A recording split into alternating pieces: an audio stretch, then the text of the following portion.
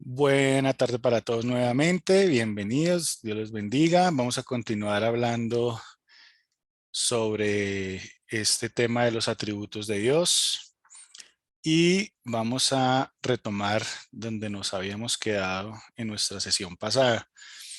Entonces, permítanme, les comparto pantalla y bueno, aquí vamos a retomar haciendo un recorderis sobre lo que estábamos hablando. Hablábamos de uno de los atributos de Dios son sus decretos, ¿no? Y veíamos algunos de sus rasgos, o los rasgos más característicos de estos decretos divinos. Veíamos que son eternos, que no los afecta ni el tiempo y que por lo mismo no son temporales, no son hechos ahí como se dice sobre las carreras, sino que de antemano el Señor ya había preparado todo, que en ellos hay sabiduría y una sabiduría no cualquiera, sino una sabiduría en la que es visible la esencia de Dios, su gran conocimiento. Son libres porque no fueron influenciados por ninguno de los seres humanos, ni son influenciables para que cambien en el tiempo. Y por esto también son absolutos e incondicionales. Están allí establecidos para que la humanidad los cumpla de acuerdo a la voluntad de Dios, pero no de forma caprichosa, sino que estamos hablando de un Dios que es bueno. Y ya veremos en algún momento también este atributo del Señor en lo que se refiere a su bondad. Y de alguna manera llegábamos a la conclusión de que nuestra responsabilidad es aceptarlos y cumplirlos porque confiamos en ellos y que confiamos también en que al aceptarlos estamos tomando la mejor decisión, no solo porque sí, sino para nuestras vidas, porque nos conviene, porque recuerde que, como les había dicho en algún momento, estos decretos parten del amor, el deseo del Señor de que no nos equivoquemos de una forma en la que nuestras vidas sean afectadas de manera grande. Entonces también el Señor nos lleva a entender esto y que Él está en control, que nada escapa a su conocimiento. Y para continuar el tema, veamos rápidamente qué debe representar también ese conocimiento para nosotros. Esto no lo habíamos alcanzado a ver en la sesión pasada, vamos a darle una un breve repaso. Entonces, ese conocimiento nos debe servir para qué. ¿Para qué me sirve el conocer los atributos de Dios y en este caso conocer todos estos rasgos de los decretos divinos?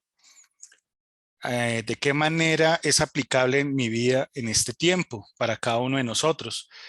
Pues saber todo esto y que sus decretos pues tienen todas estas características nos debe representar a nosotros consuelo y ánimo.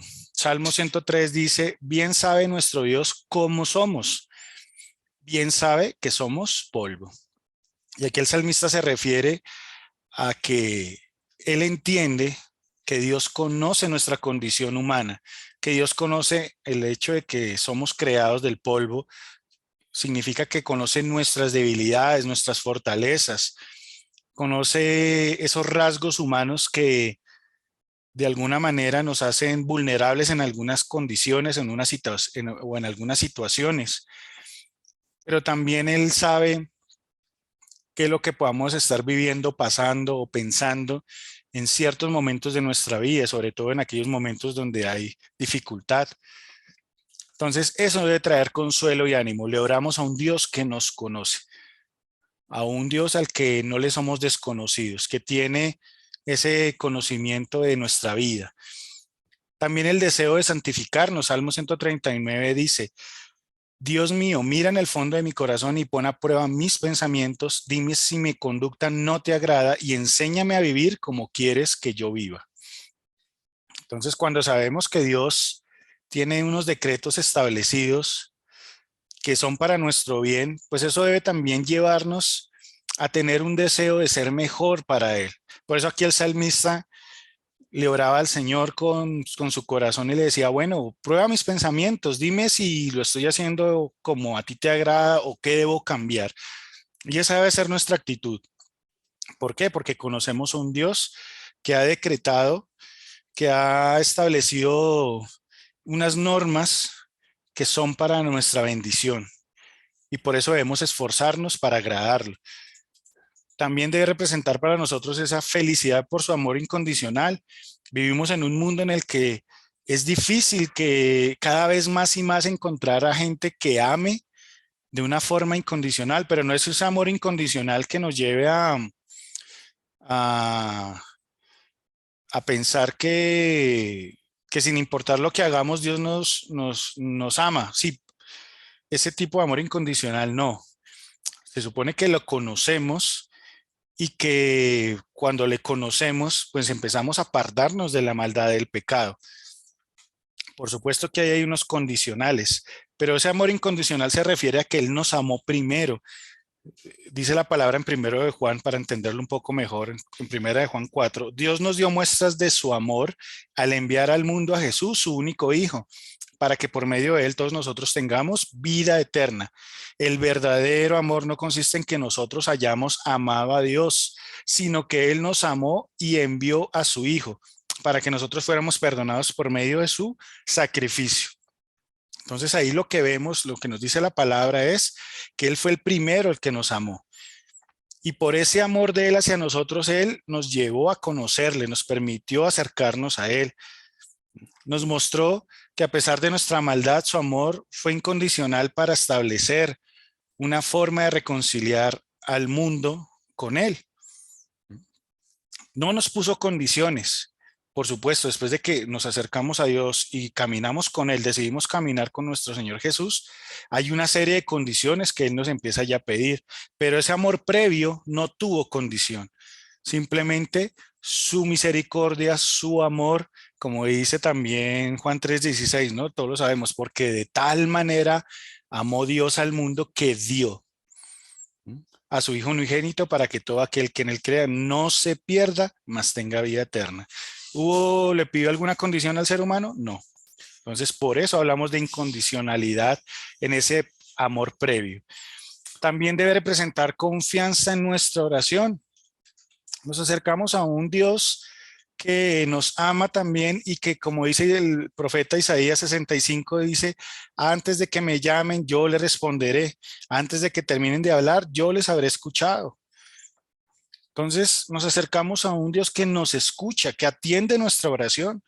¿Cuántas veces usted se ha frustrado porque no encuentra ese amor incondicional en las personas o lo decepcionan? ¿Cuántas veces usted se ha decepcionado porque no le escuchan? ¿Sí? Como cuando usted se va a acerca a hablar a su jefe o a una autoridad para tratar de resolver un asunto y usted se siente de alguna manera menospreciado, que no le prestaron atención. ¿Cuánta frustración crea eso? Bueno, nuestra confianza en la oración no debe ser la misma que tal vez tenemos con respecto a los hombres. ¿Por qué? Porque entendemos que Dios nos escucha y que porque Él nos escucha, incluso antes de que le oremos, dice aquí la palabra, de que le hablemos, Él ya nos conoce. Y eso significa que nosotros podemos acercarnos a un Dios que nos comprende. Esperanza para nuestro futuro también debe representar su conocimiento para nosotros. Proverbios 19 dice, la gente tiene muchas ideas, pero solo se hará realidad la decisión del Señor. Entonces, lo primero es entender que debemos someter todos nuestros deseos, todo lo que queremos, lo que soñamos, y eso no quiere decir que no podamos soñar, que no podamos desear algo, que no podamos anhelar algo.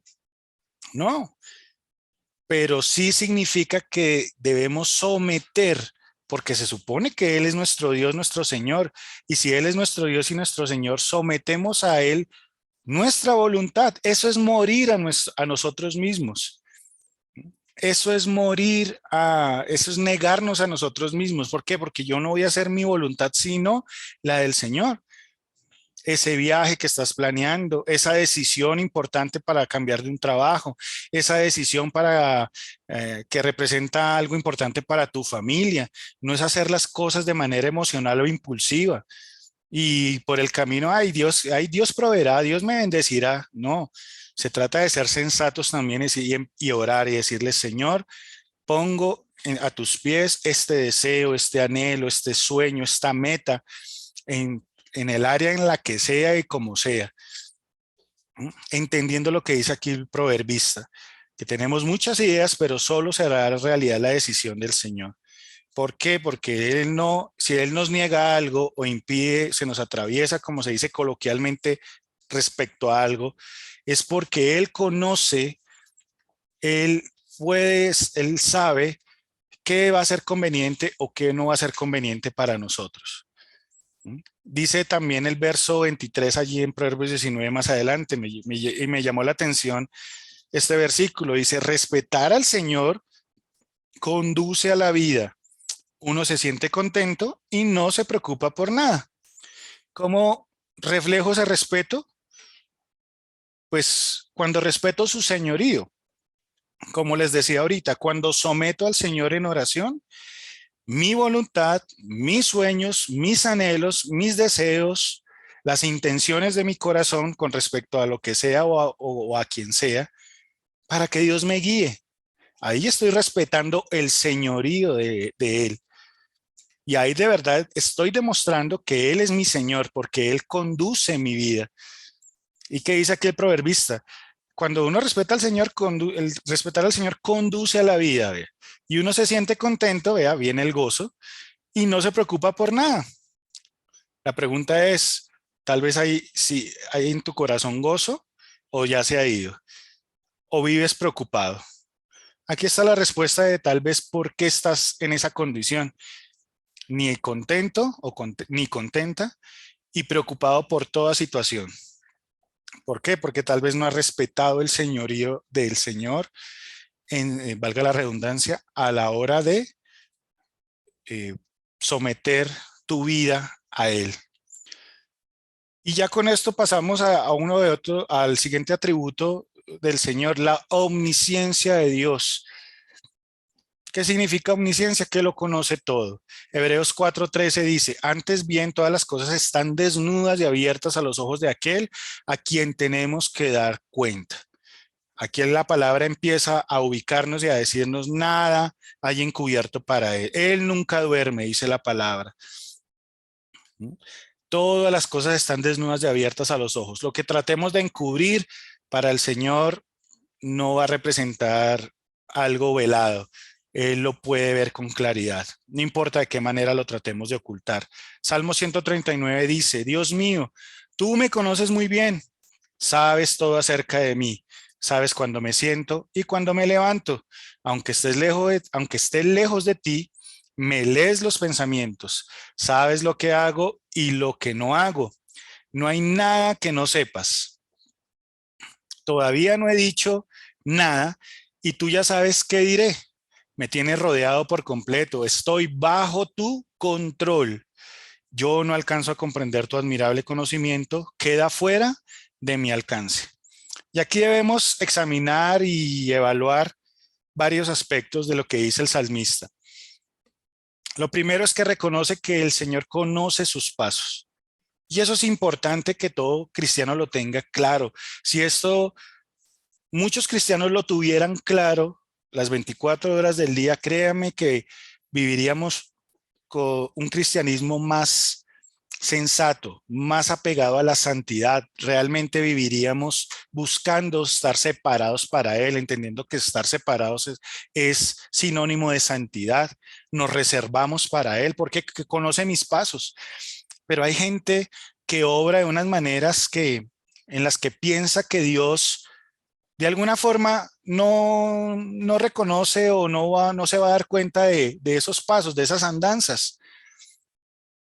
Y por eso nos encontramos incluso con muchos líderes dentro de algunas denominaciones o muchos cristianos que viven con un pecado, entre comillas, oculto a los hombres, pero de ninguna forma a los ojos de Dios. Y aquí el salmista por eso dice, sabes todo acerca de mí, todo. Sabes cuándo me siento y cuándo me levanto, por dónde voy.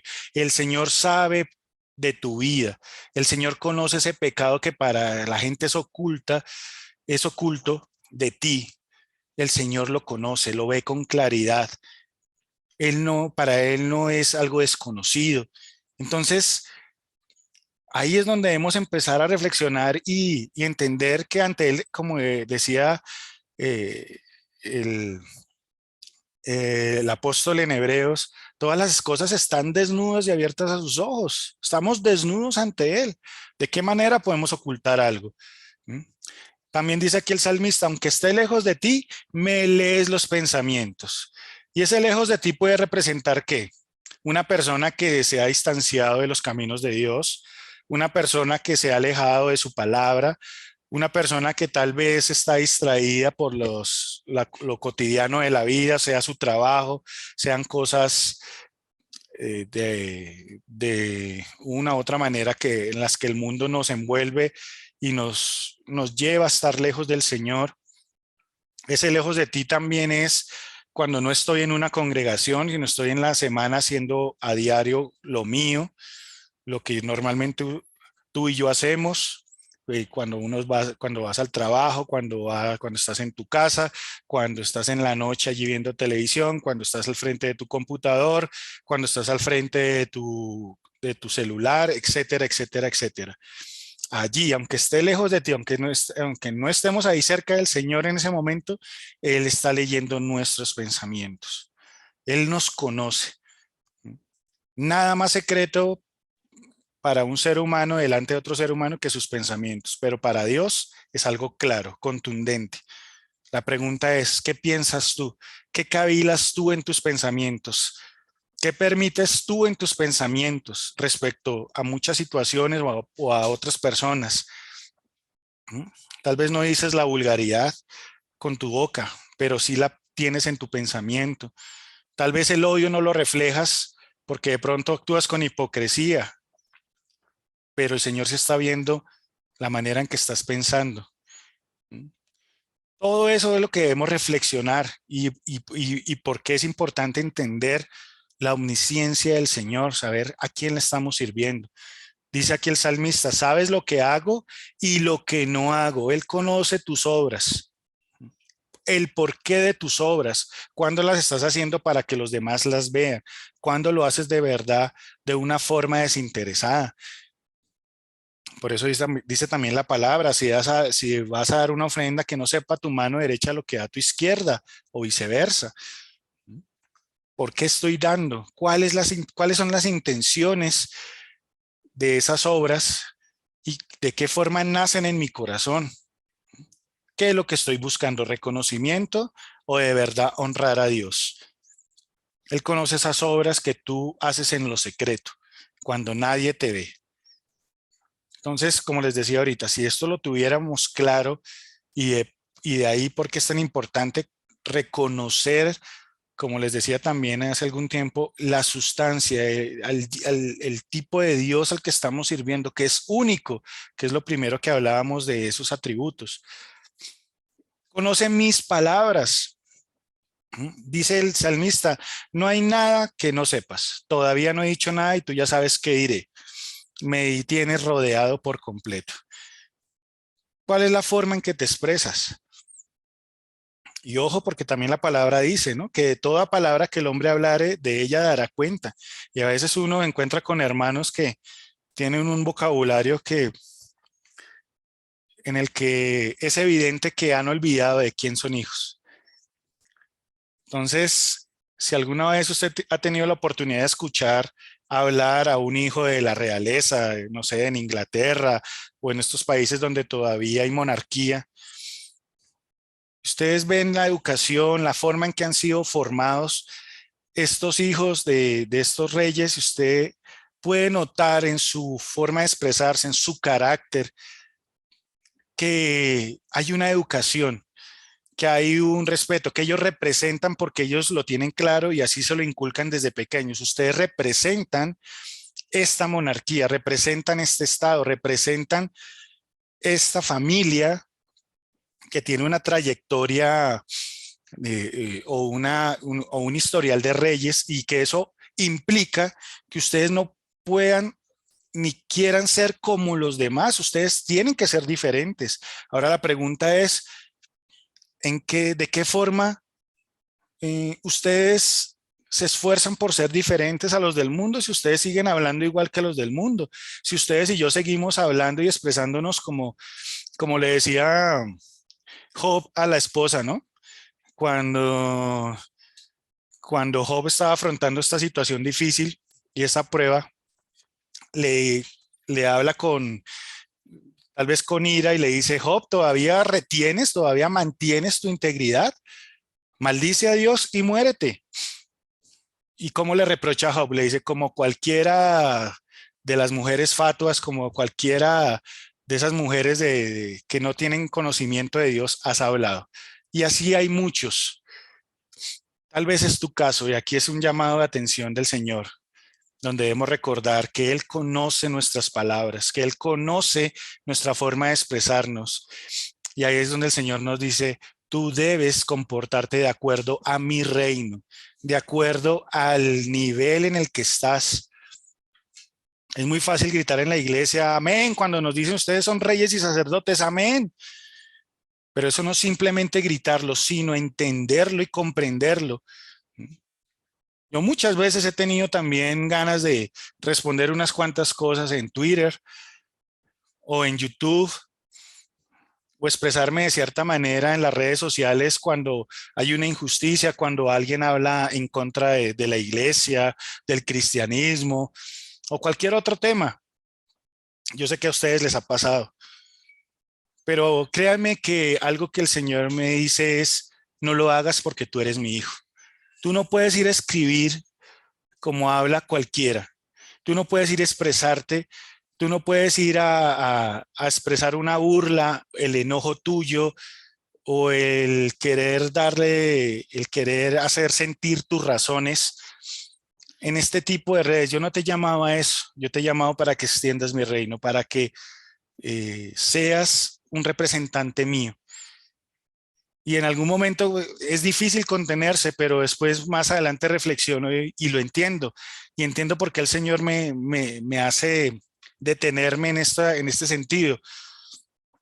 Y el Señor me hace entender que qué pasaría si más adelante alguien ve ese mensaje y se entera que yo soy cristiano y me expresé de una manera inadecuada o peleando con fulano, con sultano, rebajándome al nivel de alguno que fue vulgar, que fue grosero, que fue de alguna manera ofensivo. Y yo también entonces voy a reaccionar con esa ofensa de la misma manera. Y eso es difícil, pero ahí es donde el Señor nos dice, marquen la diferencia. Entiendan que yo conozco sus palabras. Esas palabras escritas yo también las tengo allí presentes. Entonces, ¿por qué no nos esforzamos y le pedimos al Señor que nos ayude a, a ser controlados también en este sentido? Bien dice la palabra, el que controla su lengua, el que la domina, es mejor que aquel que conquista una ciudad. Imagínense cómo el Señor le da más valor a aquel que sabe controlar su lengua que aquel que puede ganar una ciudad, que aquel que puede conquistar todo un reino. No, dice varón perfecto, también dice la palabra, es aquel que sabe controlar su lengua. Y la lengua también se refiere a lo que escribes en redes, a la manera en que te expresas. Haz el ejercicio, empieza a escribir lo que quieres escribir y antes de publicarlo, léelo y haz esa pregunta, ¿esto lo escribiría un hijo de Dios? ¿Esto lo escribiría? ¿Cómo queda la imagen del Señor cuando yo escribo o redacciono de una forma como esta? ¿Es inadecuado o es adecuado? Antes de hacer el comentario vulgar, como dice la palabra, maldiciendo a los hombres que son creados a la imagen de Dios. Ahí no dice a los hermanos, a los hombres, así sea un político que nos caiga mal, así sea incluso un hombre que haya hecho o cometido algún delito. No, entendamos nuestra posición. Dice también ahí, me tienes rodeado por completo. Estoy bajo tu control, dice esta versión. Yo no alcanzo a comprender tu admirable conocimiento, pero me detengo allí en esa parte donde dice me tienes rodeado. Estoy bajo tu control. ¿Y qué significa que él me controla? ¿Me controla como un muñequito? No. Y es curioso que esta palabra rodeado en el griego, la palabra original es sur, pues se escribe sur, y traduce afligir, combatir, formar, guardar, guarnecer, molestar, reducir, rodear, sitiar, sublevar o vaciar. ¿Qué significa? Que el Señor constantemente nos va a estar rodeando. ¿Qué significa? Con base en lo que traduce la palabra, que nos va a afligir, que nos va a combatir. Guarnecer es llevarnos a unas restricciones. Molestar, el Señor nos va a molestar, nos va a reducir, nos va a llevar de cierta forma o nos va a sitiar, es como sorprendernos también, y sublevarnos es llevarnos de tal manera o tratar con nosotros de tal manera que nos incomodemos. Eso significa que Él me controla, él va a buscar controlar tu vida. Así como les decía ahorita que el Señor me incomodaba a la hora de que yo quería expresarme de una u otra forma en redes o con una persona, Él buscaba por medio de su Santo Espíritu que yo controlara mis palabras. Él va a ser ahí molesto, Él va a incomodarnos, Él va a combatir ese carácter nuestro que se opone a lo que Él quiere, ese carácter carnal que no evidencia que Dios está ahí, que evidencia que olvidamos que el Señor lo conoce todo y hablamos y nos expresamos como si no entendiéramos que Dios conoce también esas palabras de la forma en que nos estamos expresando. ¿Qué personajes bíblicos experimentaron esa omnisciencia de Dios en su vida? Adán y Eva, nuestros padres, ¿cierto? Allá detrás de los arbustos, escondiendo su desnudez y creyeron que allí iban a estar a salvo, escondiéndose de la presencia de Dios. Pero allí Dios los encontró y Dios ya sabía lo que habían hecho. El mismo Caín cuando mató a su hermano Abel. No fue necesario que Caín confesara su pecado, el Señor ya lo sabía. Él ya en algún momento le dijo, ¿acaso la sangre de tu hermano no clama desde la tierra?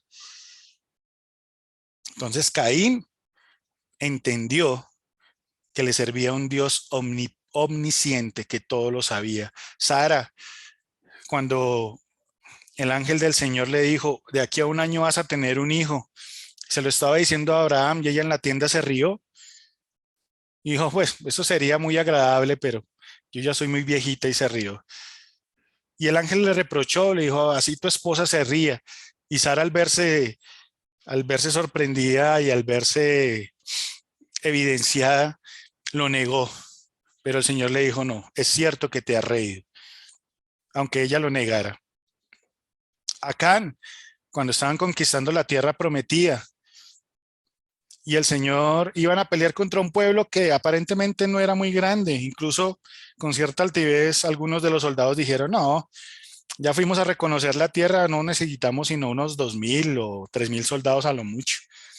Y regresaron huyendo, mataron a 36 de los israelitas y el pueblo pues le pidió en oración al Señor que por qué había pasado esto.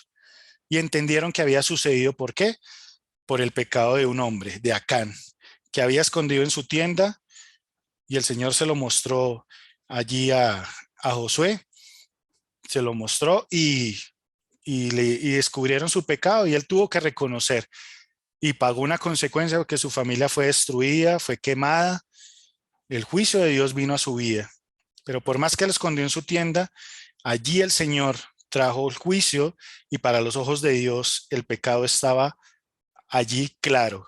No tuvo manera de esconderlo. El mismo rey David no pudo esconder su pecado con Betsabé y el haber hecho matar a Urías.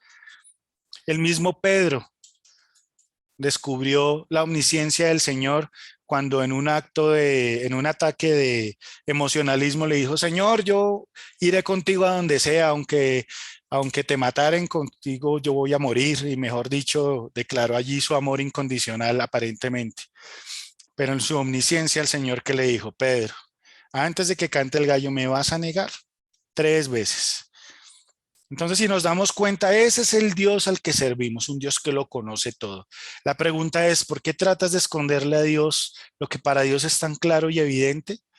¿No sería mejor reconocer nuestra maldad, reconocer nuestra mala forma de comportarnos, de hablar, de pensar, nuestras malas obras, nuestros malos pensamientos, nuestros malos caminos, porque tal vez hemos permitido amistades incorrectas que nos separan de Dios?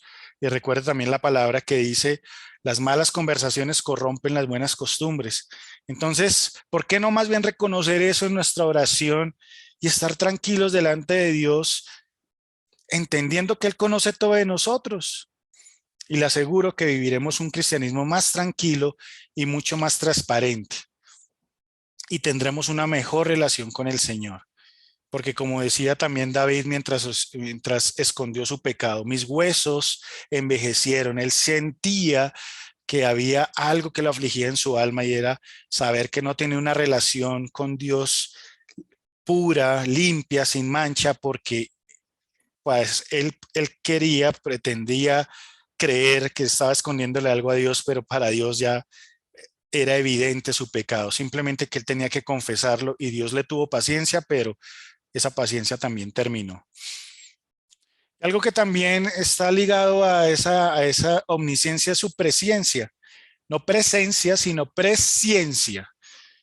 En su significado más básico, la presciencia se refiere al conocimiento de las cosas futuras, pero una definición más escritural nos lleva al contexto de entender que Dios no se refiere a cosas cuando se refiere a su presciencia, cuando habla de que Él nos ha conocido.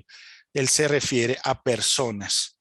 Él es más personal en ese sentido. Él no se refiere, o no debemos enfocar solo su conocimiento previo a las cosas, sino a nosotros. Eso lo hace más personal. Dice el Antiguo Testamento, te he conocido por tu nombre. En Éxodo 33, he conocido, se refiere a alguien. Dice, rebeldes habéis sido a Jehová desde el día que yo os conozco, dice Deuteronomio.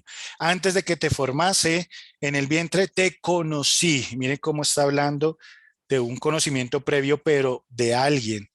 Constituyeron príncipes, mas yo no los conocí, dice Oseas 8:4.